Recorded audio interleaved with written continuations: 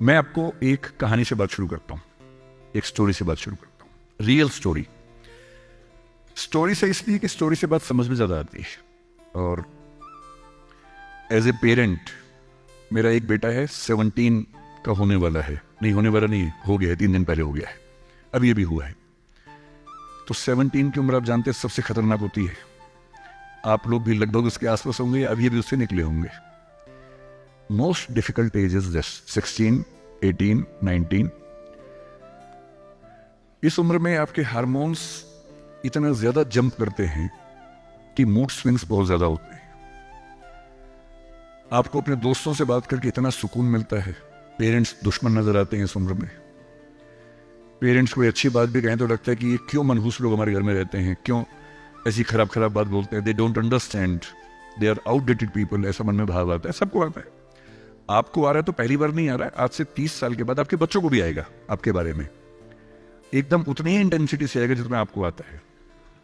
जितना आपको लगता है कि आपके पेरेंट्स बिल्कुल नहीं समझते, आपके बच्चे आपके बारे में यही सोचेंगे 30 साल बाद। ये एकदम इटर्नल ट्रुथ है जिसको आप रोक नहीं पाएंगे। So this is a normal thing.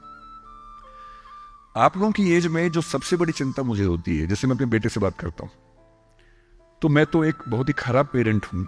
खराब पेरेंट का मतलब मैं कभी कहता ही नहीं कि पढ़ो, कभी कहता ही नहीं कि टॉप करो, मैं कभी नहीं कहता। मैं सिर्फ ये कहता हूं कि बेटा हर साल एक क्लास पास करते रहो, काफी है। बस इतनी साउंड प्रिपरेशन मत करना कि मैं 8वीं क्लास 2 बार में करूंगा, ऐसा मत करना, एक ही बार में कर लो। और मैं कभी परसेंटेज पूछूंगा नहीं आपसे, मैं पूछता भी नहीं, हालांकि वो बता देता है, लेकिन मुझे उसमें इंटरेस्ट है नहीं। वट एवर परसेंटेज ही gets. And we also have a daughter, I mean I am not the biological father, she is a relative's daughter, so she lives with us. हम दोनों बच्चों से बोलते हैं कि हम कभी नहीं पूछेंगे परसेंटेज क्या है, ना हम पूछते हैं, ना हमारा इंटरेस्ट है। हमारा इंटरेस्ट केवल इस बात में है कि वो बेहतर ह्यूमन बीइंग्स बन जाए, क्योंकि मैंने जिंदगी को बहुत अच्छे से देखा है। और मैं एक बहुत ही खराब स्टूडेंट रहा हूं स्कूल में, बहुत बदमाश, शरारती, कम पढ़ने वाला। पर दिमाग इतना था कि 10 दिन 20 दिन पढ़ के अच्छे नंबर आ ही जाते थे। तो मेरा दिमाग कहता था कि जो काम 10 दिन का उसके लिए साल क्यों खराब करूं। जब 10 दिन में हो ही जाता है तो 10 दिन खराब करेंगे उसमें। और दूसरी बात, ओवर द ईयर्स मैंने ये सीखी है कि जो मैंने स्कूल में पढ़ा था उसमें से बहुत कम जिंदगी में काम आता है। मैंने ट्रिगोनोमेट्री पढ़ी, मेरी जिंदगी में कभी काम नहीं आई। मैं कभी थीटा वीटा लगा ही नहीं पाता कहीं पर भी, आज तक यूज नहीं किया मैंने थीटा, कहाँ यूज करूं, काम ही नहीं आया। मैंने दुनिया भर के नक्शे रटे थे स्कूल में, कहीं काम नहीं आए। जब किसी देश में घूमने जाता हूं, वहां का नक्शा देख लेता हूं और बचपन वाला याद भी नहीं आता, फिर से देखना पड़ता है। सीधी सी बात है। तो मैंने फील किया कि ज्यादातर चीजें जो स्कूल में हम पढ़ते हैं, कॉलेज में पढ़ते हैं, वो जो नॉलेज है वो जिंदगी में बहुत काम नहीं आती है। जो काम आता है वो और चीजें, मैं उस पर ज्यादा बात करूंगा आपसे। लेकिन मेरी चिंता एज ए पेरेंट, और क्योंकि आप बच्चे उसी उम्र में हैं, मैं लगभग 50 साल का हूं, तो आप मेरे लिए लगभग उसी रोल में हैं कि आप मेरे बच्चे जैसे हैं। क्योंकि जो बच्चे होते हैं ना, अपने पेरेंट्स से बड़ी नफरत करते हैं, दूसरों के पेरेंट्स की सुन लेते हैं बात। तो आप मेरी बात सुन लेंगे, अपने घर में नहीं सुनेंगे। जैसे मेरा बेटा मेरी बात नहीं सुनता है, वो शायद यहाँ सीएम साहब की बात सुन लेगा। तो दूसरों की बात सुनना आसान होता है, अपने पेरेंट्स की बात सुनना मुश्किल होता है। तो आप सुन रहे हैं इसलिए मैं सुना रहा हूँ आपको। तो जो कहानी मैं आपको सुनाना चाह रहा हूँ, एक रियल कहानी है। और मेरी सबसे बड़ी चिंता अपने बच्चों को लेकर, आपको लेकर वही रहती है। मैं जब भी कोई कहानी सुनाता हूँ, नाम, जगह, वो सब बदल देता हूँ ताकि किसी की प्राइवेसी पर हमला ना हो। सबकी राइट टू प्राइवेसी है ना। एक बच्चा था जिसको मैं जानता हूं, बचपन से जानता हूं, बहुत ही जबरदस्त आर्टिस्टिक बच्चा, म्यूजिक का उस्ताद। उसके घर में लगभग सब लोग म्यूजिक के उस्ताद थे। इंस्ट्रूमेंटल म्यूजिक, वोकल म्यूजिक, हर चीज में अच्छा, पढ़ने में भी ठीक, बढ़िया। और जब हम स्कूल में थे, वो मेरी क्लास में तो नहीं था, थोड़ा सा अलग क्लास में था, पर स्कूल में बहुत पॉपुलर था, being into music. I was in debating, he was into music. और बाद में उसने हमारा स्कूल छोड़ भी दिया कुछ समय के बाद, फिर वो कहीं और चला गया। फिर हमारा मिलना नहीं हुआ। उस समय ना तो व्हाट्सएप था ना यूट्यूब था, तो बाद में मिलने का स्कोप भी नहीं रहता था। जो एक बार चला गया वो चला ही जाता था उस समय। अब तो बच्चे जिंदगी भर दोस्त रहते हैं। फिर जब मैं दिल्ली यूनिवर्सिटी में आ गया, ग्रेजुएशन कर चुका था, उसके बाद अचानक मुझे एक बचपन का दोस्त मिला जिसने मुझे एक इंटरेस्टिंग क्या डिवास्टेटिंग बात बताई। तो बात चल रही थी कि स्कूल के दोस्त कहाँ कहाँ हैं, क्या कर रहे हैं। तो बातों बातों में उसका जिक्र भी आया। तो मैंने बड़ी उम्मीद से पूछा, मैंने कहा वो तो बॉम्बे चला गया होगा, फिल्म इंडस्ट्री में चला गया होगा। तो मेरे दोस्त ने पूछा कि तुम्हें नहीं पता उसके बारे में? मैंने कहा नहीं। उसने कहा यार वो जेल में है,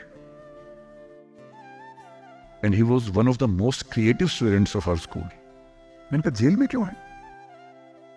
बोले सच में नहीं पता। मैंने कहा सच में नहीं पता मुझे। बोले वो ग्रेजुएशन करने के लिए जब गया तो पता नहीं क्या हुआ, उसकी थोड़ी संगति खराब हो गई।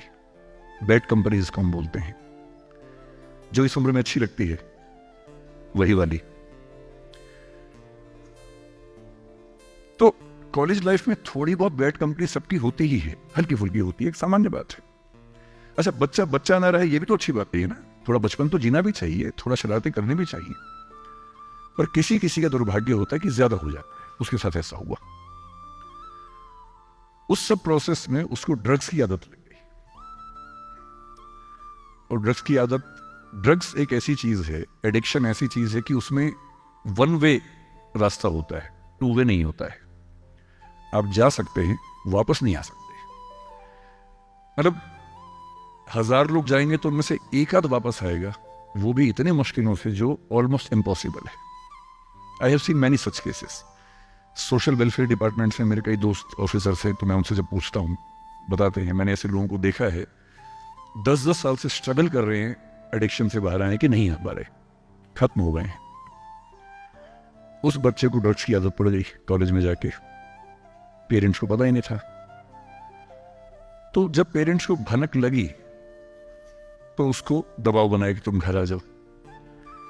अब वो जिस कंपनी में था, दोस्तों वाली कंपनी में, वहां अब ड्रग्स बहुत महंगे होते थे, पैसे घर से बहुत कम आते थे, जितने पैसे एक मिडिल क्लास फैमिली दे सकती है। अब वो घर से ज्यादा पैसे मांगने लगा, पैसे मिलते नहीं थे। उसको अपने ही घर के लोगों पर गुस्सा आने लगा। तो एक बार वो अपने घर आया हुआ था छुट्टियों में, और वहां भी वो कुछ कुछ करता रहता था। उसके पेरेंट्स ने उसको बहुत समझाया कि बेटा ऐसा मत करो। और एक दिन इस बात पे झगड़ा बढ़ गया।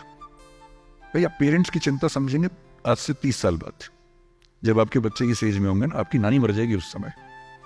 नानी मरना एक मुहावरा है, इसका मतलब बहुत चिंता में रहेंगे उस समय आप। और उस दिन पता नहीं क्या हुआ, एक झगड़ा हुआ, क्योंकि जो एडिक्शन के शिकार हैं उनका दिमाग उनके कंट्रोल में नहीं होता है। यहां तक कि जो ड्रिंक करते हैं, ड्रिंक एक लेवल से ज्यादा कर लें तो दिमाग कंट्रोल से बाहर निकलने लगता है। ड्रग्स में तो ये एलिमेंट बहुत ज्यादा होता है। और आधी रात को उसने क्या किया, उसने अपनी फैमिली के 5 लोगों का मर्डर कर दिया। मर्डर। उसने खाने में जहर मिलाया, लगभग सब लोग उससे मर गए। एक मेंबर नहीं मरा क्योंकि उसने खाना खाया नहीं उस दिन, तो उसको उसने अलग से मारा। और ये बात है जब उसकी उम्र लगभग 17-18 साल की थी, या 19 के आसपास रहा होगा। उसके बाद वो जेल गया। मुझे उसके बाद से पता ही नहीं कि क्या हुआ, फांसी हुई या उम्र कैद हुई या क्या हुआ, ना तो मुझे पता है, ना मैं इंटरेस्टेड हूं जानने में। मैं उसका नाम हम सब जानता हूं, एंड 1-2 क्लास स्कूल में ऐसी थी कि वो हम आसपास थे, जानते थे, पहचानते थे एक दूसरे को। मेरी सबसे बड़ी चिंता ये होती है बच्चों को लेकर कि किसी भी गलती से वो ड्रग्स में ना चले जाए। आप सबसे रिक्वेस्ट कर रहा हूं हाथ जोड़ के, कुछ भी कर लेना, ये मत करना। बदमाशी करो, शरारत करो, थोड़ा इश्क विश्क होगा करो, कोई दिक्कत नहीं। किसी को चीट मत करना, ड्रग्स में मत जाना, क्योंकि इन रास्तों पे जाने के बाद वापसी का रास्ता नहीं है, पूरी जिंदगी खत्म हो जाती है। एक शायर ने कहा है, बस एक कदम गलत उठाता राह शौक में, राह शौक का मतलब शौक के रास्ते पर चल पड़े थे। बस एक कदम गलत उठाता राह शौक में, मंजिल तमाम उम्र मुझे ढूंढती रही। मेरी मंजिल जिंदगी भर मुझे ढूंढती रही, कहां चला गया? सिर्फ एक गलती हुई थी और उस एक गलती ने कहीं का नहीं छोड़ा। आपको लग रहा होगा कि ये तो पापा जैसा है, प्रीच कर रहा है हमें, पापा डोंट प्रीच वाला भाव मन में आ रहा होगा अपनों के। पर मेरा काम ही ये है, मैं क्या करूं, मुझे जितनी चिंता अपने बच्चे की उतनी आपकी चिंता है, तो मैं तो बोलूंगा। आप मानेंगे नहीं मानेंगे आपकी मर्जी है, लेकिन ईश्वर ना करे कुछ गलती हुई तो बाद में आप इस बात को याद जरूर करेंगे कि किसी ने समझाया था हाथ जोड़कर, और हम उसके बाद भी नहीं समझे थे। कुछ भी करना उस रास्ते पर मत जाना। और इस रास्ते पर लोग क्यों जाते हैं, इसकी जो साइकोलॉजी में सबसे बड़ा रीजन है, उसको पीयर ग्रुप प्रेशर कहते हैं। पीयर ग्रुप का मतलब है आपके दोस्तों का ग्रुप, गैंग, जिसको गैंग कहते हैं। जो डेवलपमेंटल साइकोलॉजी है, जो साइकोलॉजी स्टडी करती है कि बच्चे जैसे जैसे बड़े होते हैं उनकी साइकोलॉजी कैसे चेंज होती है, इसको बोलते हैं डेवलपमेंटल साइकोलॉजी।